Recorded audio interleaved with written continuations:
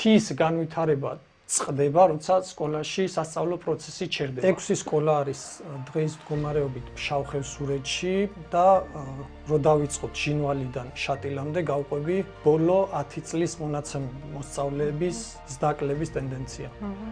პირველი სკოლა, რომელიც შეგხვდება, არის გუდრუხის სკოლა, სადაც დღის მდგომარეობით ყავთ 8 მოსწავლე. 2026 წლის შემოდგომის სემესტრიდან იქნება 6 მოსწავლე. მაქსიმალური მოსწავლე ბოლო 10 წელში გუდრუხის სკოლას ყავდათ 14. დღეს ყავს 8. მაღაროს კარში დღის მდგომარეობით ირიცხება 57 მოსწავლე, მაქსიმუმი ბოლო 10 წელში იყო დაახლოებით 60. ჩარგალს დღეს ყავს 3 მოსწავლე, შემდეგ მოდის შუაფხო, ჩემი სკოლა, შუაფხოს სიტუაციას ყველაზე კარგად ვიცნობ.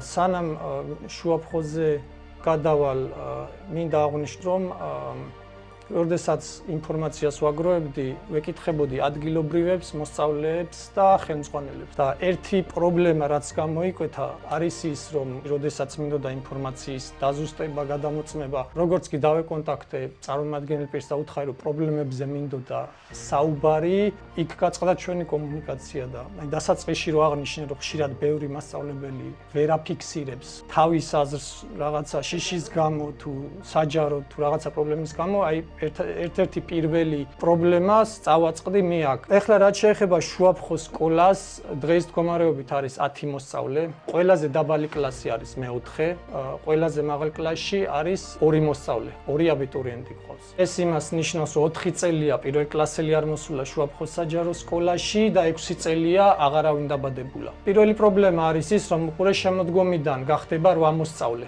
ყოველ წელს თითო-თითო აკლდება, ახალი აღარავინ მოდის და ეს მასწავლებლები დაახლოებით 15 კაცი მუშაობს სკოლაში. როგორც გამოვთვალე, 5 წელში შუაფხოს სკოლა ფაქტიურად სასწავლო პროცესს წყვეტ და უარესდება სოციალური ფონი და ამ ხალხმა უნდა ეძიოს სამსახური. შუაფხოს შემდეგ მოდის ბარისახოს საჯარო სკოლა, თელს ხეობაში ყველაზე კარგი სიტუაცია და შედარებით სტაბილური ამ სკოლაშია. მაგრამ ტენდენცია აქაც არის კლებისკენ. დღეს მდგომარეობით ყავთ 40 მოსწავლე, 7 აბიტურიენტი, შემოდგომიდან 7-ით ნაკლები იქნება, საათები მცირდება და პირველ კლასში სურველი მაინც და მაინც აღარავინ არის. და გადავიდეთ ბოლო სკოლა, ეს არის შატილი, რომელიც ზამთრის სეზონზე მოწყვეტილია გარესამყაროს. აქ სიტუაცია არის კრიტიკული. ერთი მოსწავლე არის, მხოლოდ ერთი მოსწავლე, ერთი მე-9 კლასელი და სკოლა იხურება 2 წელში, ანუ 2 წელში წყდება სასწავლო პროცესი. ყველაზე დიდი პრობლემა, რაც ხდება ამ შემთხვევაში და რაზე ყურადღების გამახვილებაც მინდოდა, არის ის, რომ მთის განვითარება წყდება, როცა სკოლაში სასწავლო პროცესი ჩერდება.